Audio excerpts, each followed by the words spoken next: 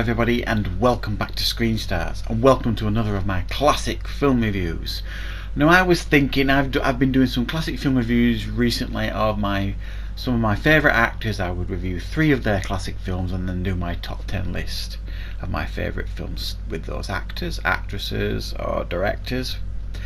I thought I'd do a little bit of a change this time before I go back to that format, and I want to do my favourite 1980s comedies. So I'm going to do 3 classic film reviews of my 80s comedies, my favourite ones, and then I'm going to do my top 10 list of my favourite 1980s comedies, which is turning out to be very, very difficult indeed because there are just so many of them.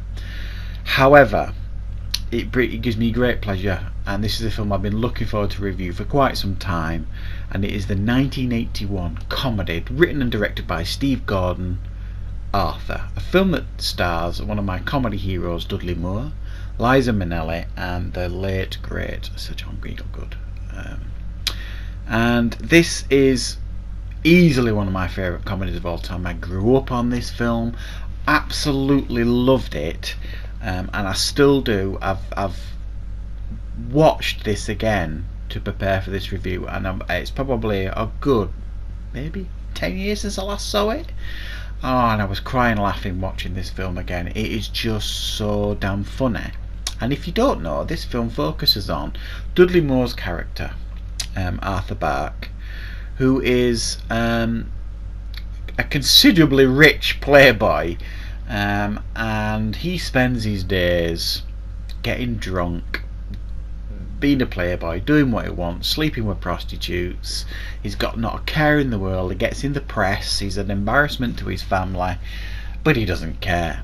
And his butler is Sir John Gielgud, Hobson, who's like a father to him basically, but he really is tough on him. But they've got this really loving relationship, and he really loves him, Hobson, and Arthur loves him as well, because he doesn't have a very good relationship with his own father, Arthur, because they're embarrassed by him. However, he is given an ultimatum by his family. They basically say, right, you are going to marry this person, Susan, who he's been dating, but he doesn't like her, he certainly doesn't love her, and he doesn't want to marry her. And he says, I'll get married when I fall in love. However, the family say, no, you're going to get married to Susan, or we're going to cut you off and you don't have any money at all, which is a bit upsetting to Arthur. He can't live without his money. So he begrudgingly agrees to marry Susan. However, very, very soon after this, he meets Liza Minnelli's character, Linda Marola, who is a normal girl who he meets when he sees her shoplift in a store, and he covers for her, and then they start dating, and he falls madly in love with Liza Minnelli's character, and vice versa. However, the problem he's got is that he's engaged, and he's promised into a marriage that he doesn't want. So that's the story, really, in a sense of, he's in love with Liza Minnelli, he's getting married to the other person, what's he going to do about it? Mixed into that is many, many scenes of him getting drunk and being absolutely hilarious too. So that's the main crust of this story. Now, if this film was just Dudley Moore rolling about the film drunk and making jokes and laughing, it would have been funny up to a point, but it wouldn't have withstood the test of time, and it wouldn't be regarded as a comedy classic that it is. The main reason this film works and works so well is the relationship and the chemistry between Dudley Moore and Liza Minnelli, and this beautiful love story at the core of this film. And this is where the 2011 remake of Arthur went completely wrong, the Russell Brand and Helen Mirren version. Russell Brand did a reasonable job in that film. However, the core of that film, the love story, didn't work. There was no chemistry, it wasn't believable, so the heart of the film wasn't there, so it just didn't work. And that is the strength of this film. There's 3 real strengths of this. There's Dudley Moore's comedy genius, and nobody, I don't think, has ever done a drunk on screen better than Dudley Moore. And some of the lines he comes out with in this film are just unbelievable. I mean, when someone says to him at the beginning, what do you do for a living? And his reply is, I race cars, I play tennis, I fondle women, but I have weekends off and I am my own boss. I mean, genius writing, and he delivers it perfectly. And there's another, later in the film, Susan's father says to him, I don't drink, I never drink, I don't drink because it affects your decision making.